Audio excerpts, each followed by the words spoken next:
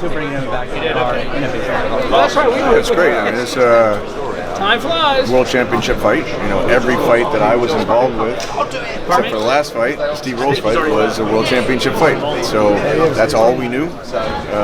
This is, like I said, I think it's going to be the second part of his career. Good. How's it going? Two-time world champion, and he's excited. You can see it's that extra step, the extra effort in training camp. You know, it's a second fight with Jonathan Banks, and you got to say the chemistry really turned out great with Jonathan. Jonathan had a great run with Vladimir Klitschko, who's one of the best middle heavyweights that we've seen in recent times, and now Gennadiy is one of the best middleweights we've seen in recent times. So Jonathan is right there with the top trainers of all the top athletes in boxing. So we're really excited about that. And we know that Jonathan has Gennadiy locked and loaded to show his explosiveness on Saturday night.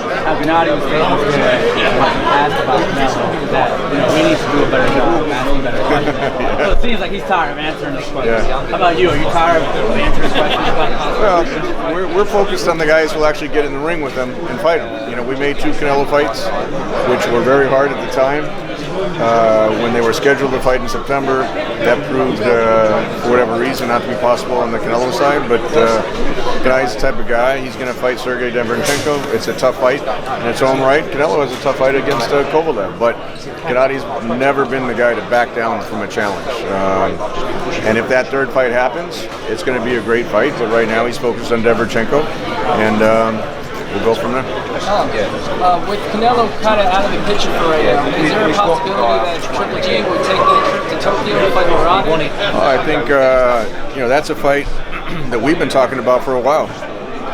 Murata being very popular in Japan.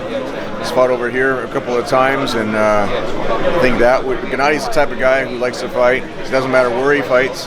But that's one fight that would intrigue him, to go to Japan, fight Murata in his home country. I think that would be a huge event over there in Japanese boxing. And Triple G would bring his big drama show on the road, like he's done many times before in England, in Monte Carlo, in Ukraine, in Germany, in Kazakhstan. He's pretty much fought all over the world, and to fight in Japan would be a tremendous opportunity.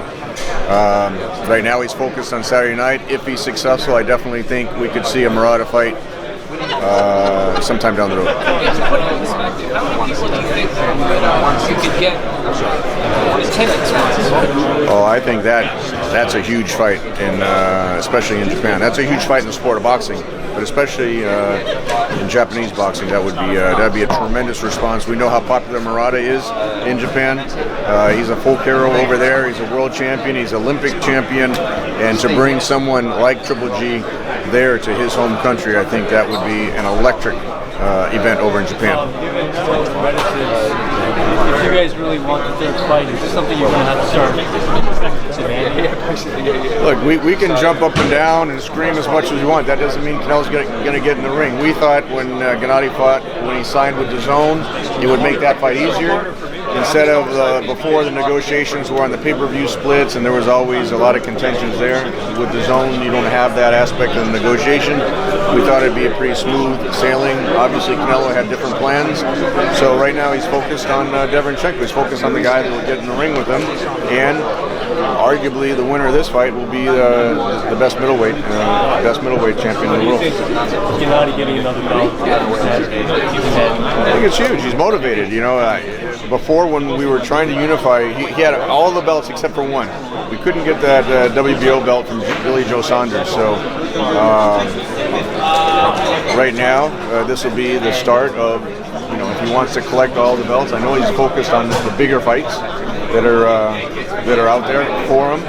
Derevyanchenko is a huge fight, and it's a big fight for this stage of his career. If he's successful, he's a 2-time world champion, and Canelo fighting at 175 puts Gennadiy at the best middleweight. Hey Tom, what is the likelihood of finding any PBC fighters like Jared Hurd, Jamal Charlo, maybe even people said Errol Spence will go to 160 for Canelo?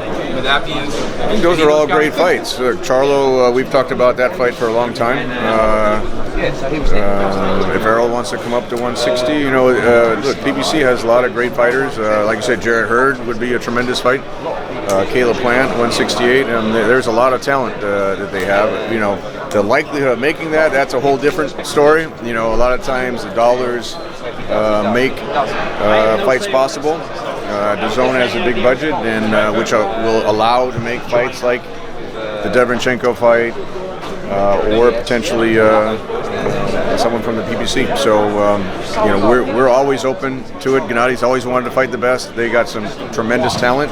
Al's done a great job building those fighters up, and so if that's possible, you know, from the Triple G side, it's not going to be a problem.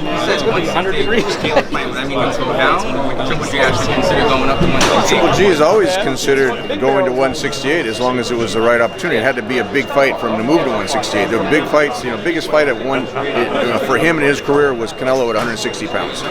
You know, there was talk about him fighting Chavez at 168 when Chavez was still in the prime of his career. There was talk of him going to Wembley Stadium and fighting Carl Froch at 168, selling out Wembley Stadium. So those are two huge events that he would have moved to 168 for. Other than that, you know, Canelo was clearly the biggest fight that we could make, and that's why he stayed at 160 to focus on that fight. Now, you know, we'll see. We'll see who's at 160. If there's a good opportunity at 168, we'll consider it. But if he had the choice, he would stay at 160 because he feels comfortable that way.